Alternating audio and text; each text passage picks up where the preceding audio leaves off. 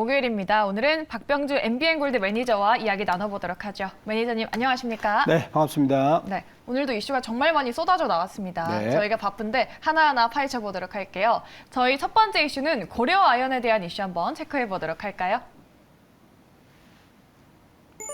네, 공시가 정말 많이 나왔습니다. 신규 시설 투자 공시가 나왔어요. 신규 시설 투자를 한다는 거는 미래 매출 증가를 위한 투자라고 생각을 할 수가 있겠죠. 이게 어제 종가 가격으로 자기 주식 처분 공시가 나왔는데 네. LG화학과 자사주를 맞교환을 한다고 합니다. 네. 이런 이유라면은 좋지 않을까 했는데 오늘 고려 아연의 주가는 많이 밀리고 있고 LG화학만 상승을 해주고 있는 상황이에요. 네. 이게 어떤 내용이었는지부터 한번 짚어볼까요? 지금 이제 그 미국의 인플레이션 방지법이 통과가 되면서 예. 이제 그 2차 전지 관련 그 생산 시설을 중국을 제외한 미국으로 전부 다 와라 이런 내용이지 않습니까? 이제 그래서 우리나라도 거기에 대응하기 위해서 이제 고려 아연도 원래는 아연을 재래하는 업체예요. 예. 그럼에도 불구하고 이 회사 같은 경우는 2차 전지 관련 소재로 이제 진출을 했는데 워낙 기술력이 좋다 보니까 이제 LG 화학하고 또 제휴를 하고요. 또 더군다나 또 한화도 또 지분 교환을 1.5% 지분 교환을 지금 하려는 그런 내용이 남겨두고 있는데요. 이런 부분들은 이제 2차 전지의 관련 산업이 굉장히 팽창을 하면서 거기에 앞으로 먹거리가 있기 때문에 이런 활발한 교류가 있지 않는가라고 생각을 해봅니다. 근데 주가는 우리의 이제 기대와 달리 고려 아연 같은 경우는 하락하게 됐고 LG화학 같은 경우는 올라가게 됐는데 거기에 따른 이유도 있지 않겠습니까? 그런 부분을 또 말씀을 드리도록 하겠습니다. 고려 아연이 그러면 그동안 지분 경쟁 이슈가 나오면서 급등한 부분도 있는데 이게 종료될 가능성에 하락을 하는 걸까요? 지금 오늘 LG화학과 나왔던 이슈를 통해서 앞으로의 성장성을 보고 지금 베팅할 수는 없을까요? 네, 지금 그러면은요, 그런 부분들을 우리가 볼 때에 그 방금 앵커님께서 말씀하셨다시피 호재를 얘기했어요. 예. 그러면 호재를 얘기했을 때에 그 주가에 대해서 시장이 어떻게 반응하는가 그거를 볼 필요 있겠는데 그러면 그럴 때 볼 때는 먼저 그 호재가 나왔을 때 주가의 위치 그리고 또 호재가 나왔을 때 주가가 그 캔들이 어떻게 반응하고 있고 그리고 거래량이 어떻게 형성됐나 그거를 볼 필요 있겠는데 자 제가 한번 고려아연 그 그래프를 보도록 하겠습니다. 네. 자 고려아연 그래프를 보시면 자 이 종목을 그 이제 가격을 볼 때에 이제 최근에 2년 전에 최고의 저점이 27만 원부터 계속 상승을 했어요. 그래가지고 계속 꾸준히 상승해서 68만 원까지 오다가 특히 올해 7월 달에 접어 들어가지고 44만 원부터 해가지고 65만 원까지 거의 주가가 한 50% 정도 상승을 했죠. 그런데 이 기간에 보면은 7월 달부터 우리 9월 달까지는 우리나라 코스피가 한 2,500에서 한 2,135까지 하락하는 가운데 고려아연은 코스피보다 더 많은 수익률을 냈던 이유가 고려아연에 대해서 M&A도 할 수 있다. 그런 여러 가지 이제 이 주가가 올라갈 수 있는 호재 요인이 많이 나왔어요.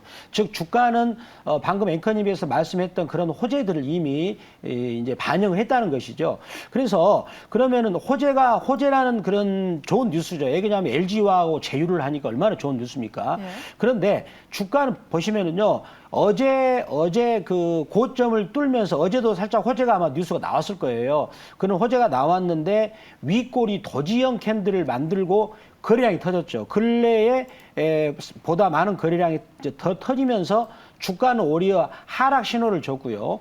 그리고 나서 오늘은 오히려 그런 호재 뉴스가 나왔음에도 불구하고 6% 이상의 주가가 급락이 나왔습니다. 그리고 거래량마저 터졌어요. 이거는 어떤 움직임일까요? 시장에서는 그 호재성 뉴스를 가지고 열심히 팔아먹었다 이렇게 생각할 수가 있겠습니다.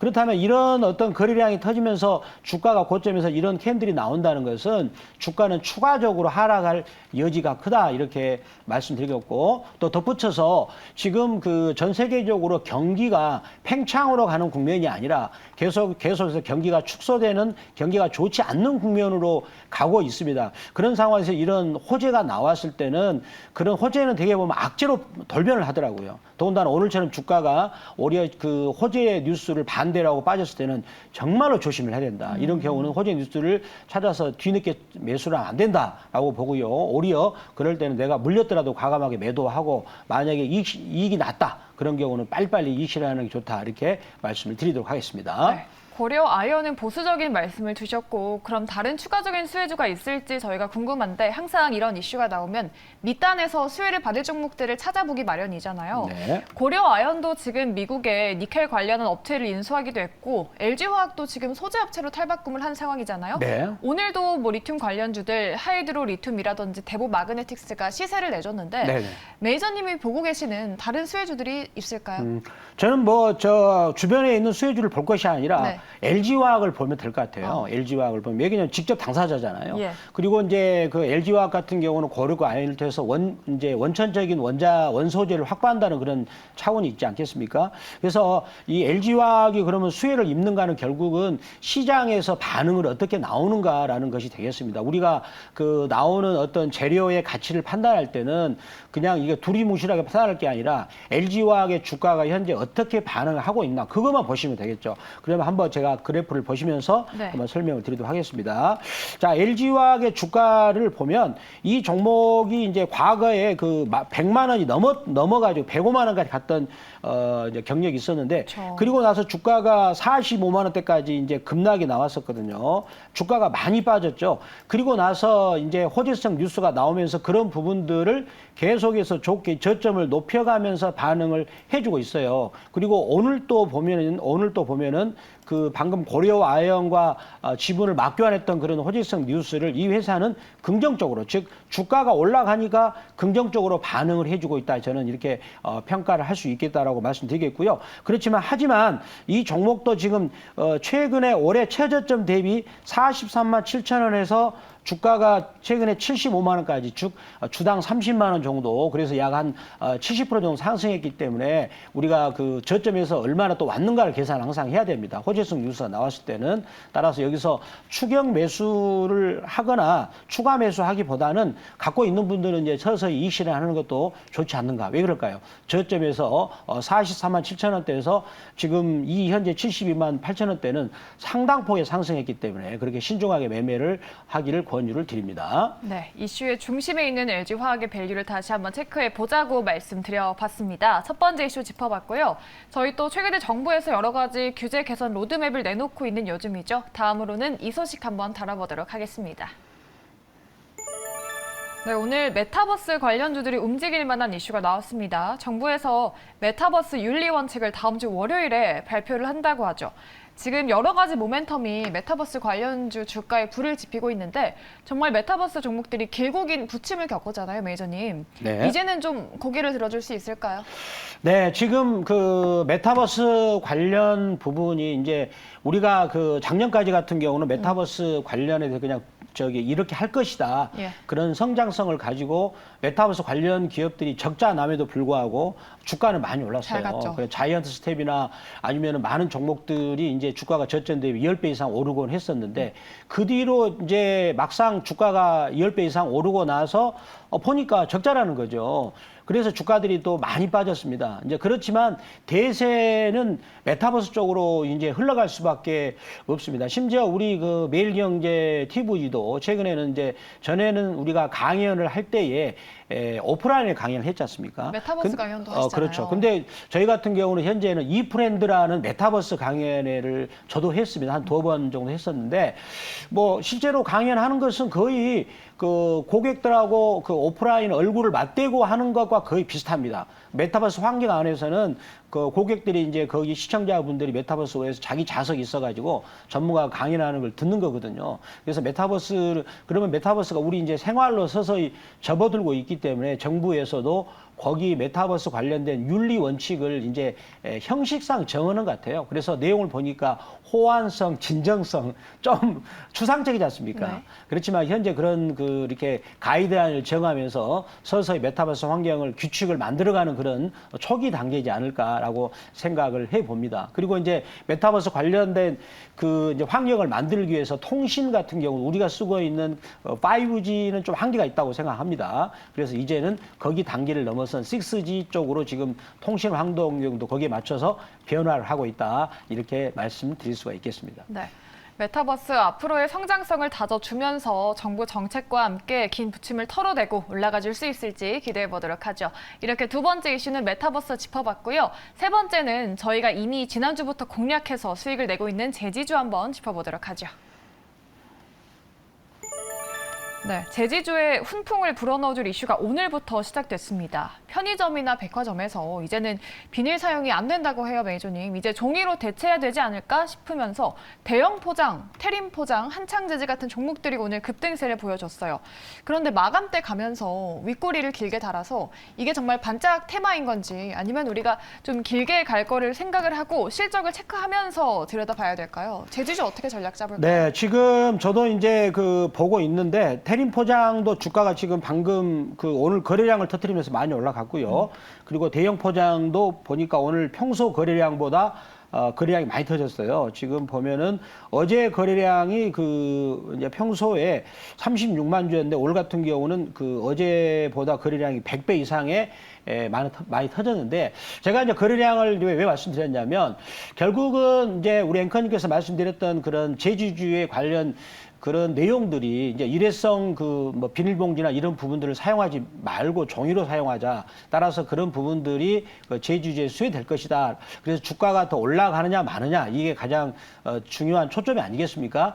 근데 오늘 보니까 대형 포장은 평소보다 거래량이 100배 이상의 형성이 됐어요. 그럼 이 정도 거래량이라면 추가적인 이제 상승 요령도 종목별로는 나누겠지만 여력은 있어 보인다라고 생각하고요. 저는 근데 이 이슈가 일회성이 되지 않는다고 생각됩니다. 왜 그러냐면 저 같은 경우도 가끔씩 이제 이렇게 김치가 먹고 싶다 아니면 맛있는 음식이 먹고 싶다 그러면 저희 집사람을 통해서 이제 배달을 합니다. 배달하면 제가 받기 싫은 게 뭐냐면 몇 개 배달 받는 너무나 비닐봉지가 많아요. 예. 그래서 그 비닐봉지 치우느라고 정말 힘듭니다. 그리고 백화점 가가지고 또 이렇게 음식이 싸다 그러면 포장해 오면 다 비닐팩이거든요. 저도 그런 부분에 상당히 부담감을 많이 느꼈는데 정부에서 다행히 일회성 비닐 사용을 전면적으로 이제 차차차차 금지해 나가는 그런 부분들은 앞으로 우리 환경 오염에 대해서 긍정적이다라고 생각할 수 있고요. 그런 부분들은 이제 종이 제지의 관련주들도 상당한 상승 모멘텀이 될 것이다. 이렇게 평가할 수 있겠고요. 자, 그렇지만은 오늘 주가가 단기적으로 좀 종목들이 저점에서 어제 저점에서 거의 20% 이상 상승한 종목들이 많습니다. 따라서 단기적으로 뭐 내일 급격하게 살 것이 아니라 다음 주 이제 거래량이 줄어들면서 눌림목이 왔을 때 한번 매수 포인트를 잡아가는 것도 좋지 않을까 이렇게 말씀을 드리도록 하겠습니다. 네, 저희 황금 전략 공략주였던 무림 이 제지주로 수익 많이 내셨다는 댓글도 보입니다. 시청자분들 축하드리겠고요. 우리 박병주 매니저님의 종목도 지금 정말 큰 수익을 내주고 있습니다. 메리츠 그룹주 이슈가 나왔을 때 이 종목 갖고 계신 분들이 있었으면은 정말 큰 환호성을 지르셨겠다 했는데 그게 저희였습니다. 네. 메리츠 증권을 11월 4일 날 공략주로 말씀을 해주시고 지금 70% 가까운 수익을 내주고 있어요. 지금 목표가를 뚫고 더 간 상황인데 어떻게 대응해봐야 될까요? 자, 제가 이번에 메르츠 내용이 그지 않습니까? 예. 메르츠 금융 지주가 현재 메르츠 증권의 지분을 50% 갖고 있고요. 그다음 메르츠 화재도 지분을 많이 갖고 있는데 여기서 메르츠 금융 지주가 메르츠 증권하고 메르츠 화재의 지분을 100% 나머지를 다 인수해가지고 인수하면은 메르츠 증권과 메르츠 화재는 이제 상장사인데 상장 폐지가 됩니다. 그러면 이제 메르츠 증권하고 메르츠 화재를 갖고 있는 주주들은 이제 매수 청구권을 행사해가지고 자기가 상장을 반대했을 때는 다시 형벌을 받을 수가 이런 권리가 있어요. 그래서 거기에 따라서 주가가 올라갔어요. 그러면 왜 올라갔냐면 메르츠 금융 지주가 메르츠 증권, 메르츠 화재를 주식 교환을 통해서 주식을 흡수하잖아요. 그래서 그러면 거기에 따른 이제 기대감이 있기 때문에 주가가 올라갔는데 그런데 여기서 한 가지 우리가 봐야 되는 것은 메르츠 금융 지주 그룹 자체가 지금 현재 메르츠 화재나 메르츠 증권, 메르츠 금융 자체가 부동산 PF에 대해서 직간접적인 투자의 부채, 이제 잠재적인 부실이죠. 그런 부분들이 약 17조에서 25조 정도가 지금 있어요. 물론 당장에 터지지 않았어요. 그렇지만 부동산 PF에 너무나 많은 투자를 했기 때문에 지금 부동산 상당히 좀 위험하지 않습니까? 인천 같은 경우는 일부 아파트 한 동, 그러니까 이렇게 101호, 102 한 동 있잖아요. 거기가 통째로 경매로 넘어갔어요. 그거는 이제 그 부동산 뭐 임대업자가 아파트를 사가지고 세금을 못 낸다거나 이제 그 돈을 갚지 못했기 때문에 그런 일이 벌어졌는데 이것이 우리 앞으로 부동산 시장의 상징적인 앞으로 사건이다라고 생각합니다. 그러면 메르츠 금융 그룹 같은 경우는 부동산 PF가 너무 많기 때문에 상당히 위험하다고 생각하고요. 다행스럽게 지금 이번에 주가가 올랐어요. 올랐기 때문에 여기서 저는 매도라고 강하게 말씀드리고 싶고요. 이제 메르츠 증권의 한번 그래프를 볼까요? 자, 보시면은 어제 캔들이 그 이제 대량 거래 터져가지고 갭상승으로 즉 그 어제 오전에 그 호재를 이용해서 첫날은 상한가 치고 나서 두 번째 날은 호재를 이용해서 갭상승 나와가지고 그대로 밀어버리는 음봉이 나왔어요. 그리고 나서 오늘은 살짝 양봉을 주고 있지만 저는 메르츠 증권 같은 경우인데 수익이 낮기 때문에 기회를 줄 때마다 차익 실현 관점으로서 말씀을 드리도록 하겠습니다. 네, 메리츠 증권 3주 만에 70% 가까운 수익, 또 큰 수익으로 보답을 해주고 계신데요. 오늘은 또 어떤 종목으로 우리를 포트를 지켜주실지 오늘의 공략주 열어보도록 하죠. 오늘은 한국선제라는 종목을 꼽아 오셨습니다. 되게 숨겨져 있었던 종목인 것 같아요, 매니저님. 네. 자, 한국선제 이 종목은 그 포인트가 뭐냐면 자회사가 원자력 관련 부품을 생산해서 원자력 관련주로 분류가 됩니다. 여기서 원자력 관련주는 왜 포인트가 되냐면 그 윤석열 정부 같은 경우는 원자력에 대해서 앞으로 10기 이상을 해외 수주를 할 것이다라는 굉장히 원대한 포부가 있는데 즉 원자력에 관해서는 윤석열 정부가 최고의 정책 이슈가 되겠죠. 그런데 이제 과거에 김대중 정부, 노무현 정부, 그다음에 이명박 정부나 쭉 우리가 대통령 임기 5년제인데 보면은 임기 5년제 때 1년 차, 그러니까 올해가 1년 차잖아요. 그럴 때는 앞으로 자기 공약을 내세웠던 부분을 정책을 앞으로 다듬고 계획을 세우고 하는 단계고 그리고 2년 차 가면 그거를 토대로 해서 본격적으로 정책을 추진을 합니다. 거기에 따른 예산도 들어가겠죠. 그래서 주가가 보면은 정책주들이 임기 2년 차에 많이 올라가요. 그렇다면 원자력 관련주는 거기에 최고의 이슈가 되기 때문에 그렇다면 한국선제도 그런 이슈가 될 것이고요. 그다음에 이 종목은 그 우리가 그 철강에 있어서는 1차 철강제를 생산하는 업체인데 거기에 따라서 실적이 아주 견실한 또 회사로서 탄탄한 영업 구조를 또 갖고 있고요. 또 한 가지는 뭐냐면 네옴시티에 관련된 쪽으로 또 이렇게 엮어 들어갔어요. 이제 사우디의 사빅이라는 국영 기업이 있습니다. 근데 사빅이라는 회사를 통해서 건설에 들어가는 밸브를 공급하고 있다 이런 이슈가 떠가지고 네옴시티 관련주도 엮어댔는데 그래서 이 종목이 한번 이제 그래프를 보겠습니다. 그런 호재가 이제 나오면 우리가 바로 들어가는 게 아니에요.